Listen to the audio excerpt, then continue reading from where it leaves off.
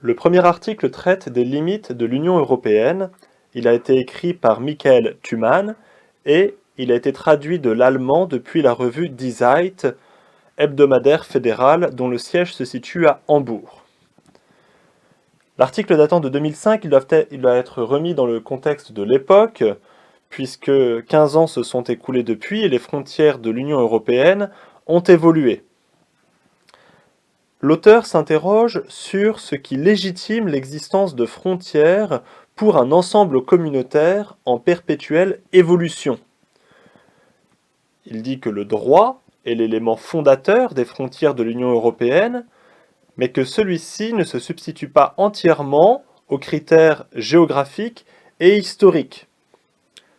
L'Union européenne apparaît comme le continent du droit, c'est-à-dire celui sur lequel s'applique l'état de droit pour tous les membres.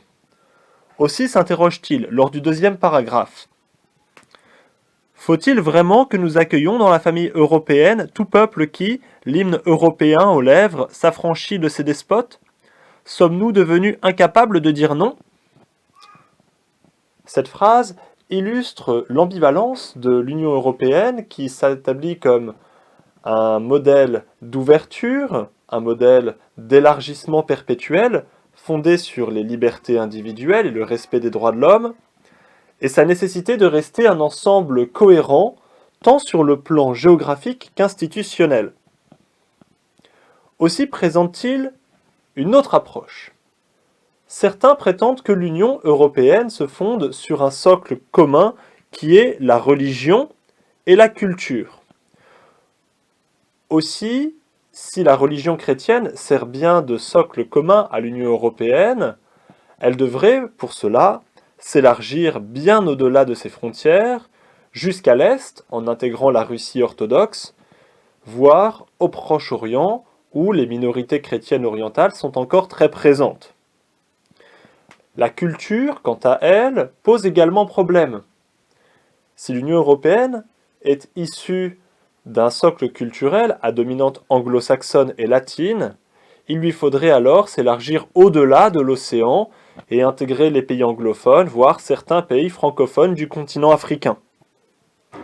Il faut donc revenir à la notion initiale qui est la notion de droit. L'Union européenne établit des critères pour tous ceux qui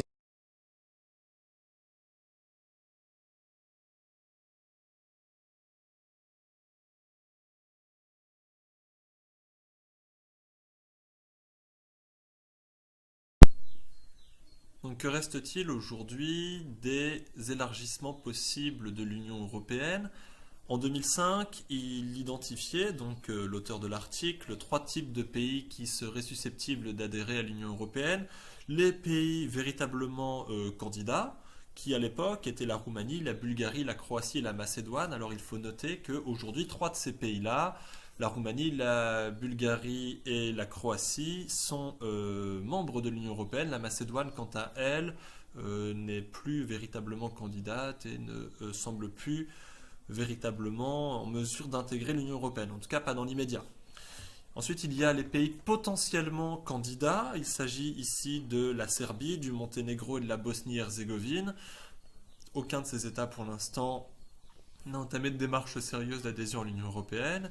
Et puis, il y a des candidats qui n'en sont pas véritablement, ils ne sont pas déclarés comme tels, mais ce sont les États du Caucase qui sont notamment l'Arménie, l'Azerbaïdjan, la Géorgie, qui, s'ils n'ont pas vocation à intégrer l'Union européenne, peuvent participer de manière, on va dire, plus étroite à l'Union européenne dans des démarches, on va dire, politiques et économiques privilégiées.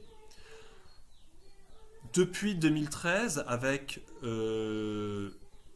la volonté puis la réalité du départ britannique de l'Union européenne, on constate que la notion de frontière est de nouveau discutée et que l'Europe, face à l'incapacité à gérer un certain nombre de crises, qu'il s'agisse donc évidemment de la crise financière de 2008, de la crise britannique de 2013, et des crises migratoires qui ont eu lieu en 2014, en 2018, puis aujourd'hui en 2020 avec cette crise du coronavirus, on voit bien donc que l'Union européenne cherche à justifier l'existence de ces frontières, mais même son existence propre, en maintenant l'exigence d'un état de droit qui serait respecté et une exigence de plus en plus marquée de sécurité, aussi bien sécurité physique que économique pour les peuples européens.